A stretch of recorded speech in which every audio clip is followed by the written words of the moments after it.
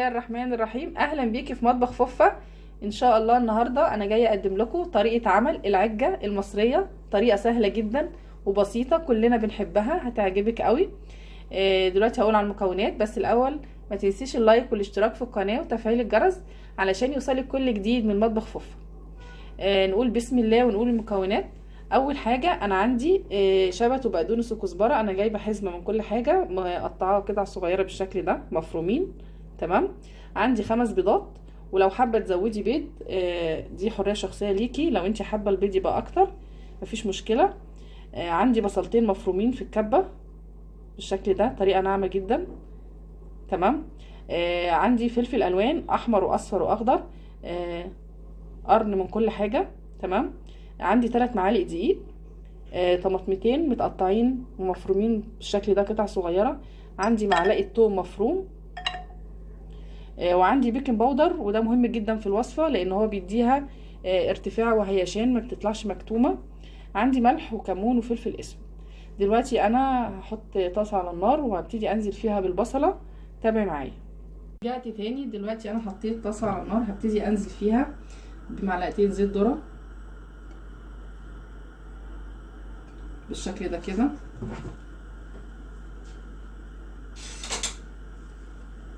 ابتدي انزل بالبصل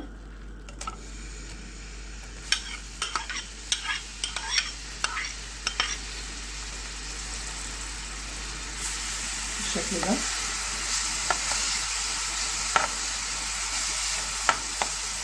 هخلي البصله يدوبك بس تفضل معايا.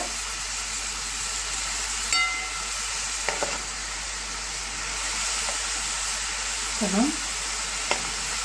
طريقه العجه دي بتبقى سهله جدا، طعمها بيبقى حلو قوي، اكله ممكن تعمليها في نص الاسبوع. بيجي علينا اوقات كتير قوي بيبقى زهقنا من الفراخ واللحمه، دي كلها فوائد، القيمه الغذائيه بتاعتها عاليه قوي، كلها خضروات وبيض، هتعجبك قوي بالشكل ده. هنزل بمعلقه الثوم المفروم بالشكل ده كده. ده شكل البصله بالشكل ده كده، انا عايزه اللون ده. تمام. هبتدي بقى انزل بالفلفل الالوان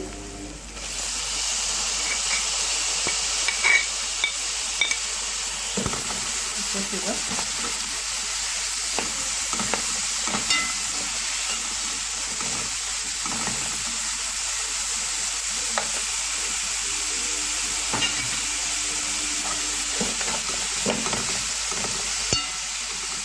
تمام.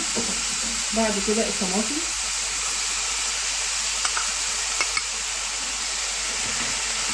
هسيبها بقى لحد ما تدبل خالص، هوسع عليها النار، واول ما تستوي هرجع واقولك هنعمل ايه، تابعي معايا. وده شكل الطماطم مع الفلفل والبصله لما استوت بالشكل ده. هسيبها بقى تبرد خالص وبعد كده ابتدي انزل فيها البيض، تابعي معايا.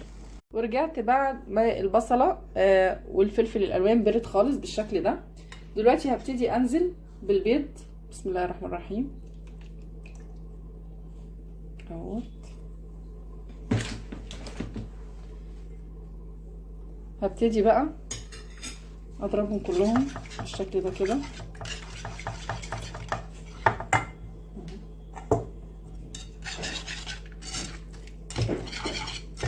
انتي لو حابه تزودي البيض بتزودي زي ما انتي عايزه، بس هي الصينيه اللي انا هعمل فيها ال5 بيضات مظبوطين عليها. تمام. انا كده ضربتهم كلهم كويس. هبتدي بقى انزل 3 معالق دقيق، ما تكتريش عن كده عشان ما تطلعش معاكي مكتومه بالشكل ده. احنا لسه محطيناش التوابل بتاعتنا.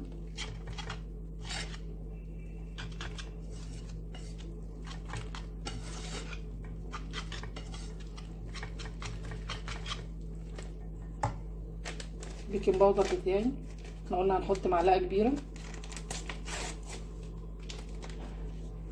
اهي. تمام، ده بيساعد على ارتفاعها، تطلع هشه جدا.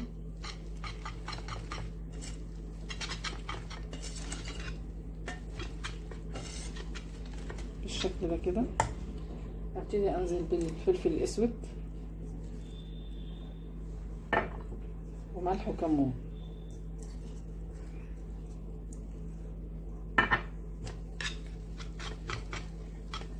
واخر حاجه بقى الخضره بتاعتنا. بسم الله الرحمن الرحيم.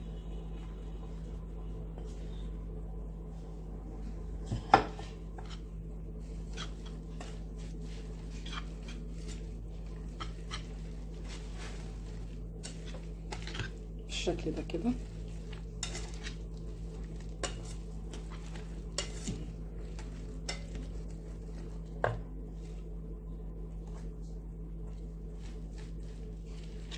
دلوقتي بقى انا محضره عندي صينيه. لو عندك صينيه تيفال او جرانيت بننزل فيها على طول. لو هتحطيها في صينيه ألمونيا بتبطنيها بالزيت وبالدقيق علشان ما تلزقش فيها. تمام، بالشكل ده كده اهيت كده هي جاهزه عندي. هبتدي اجيب الصينيه وابتدي انزل فيها.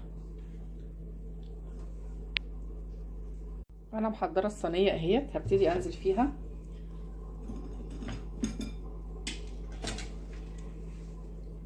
بالخليط كله.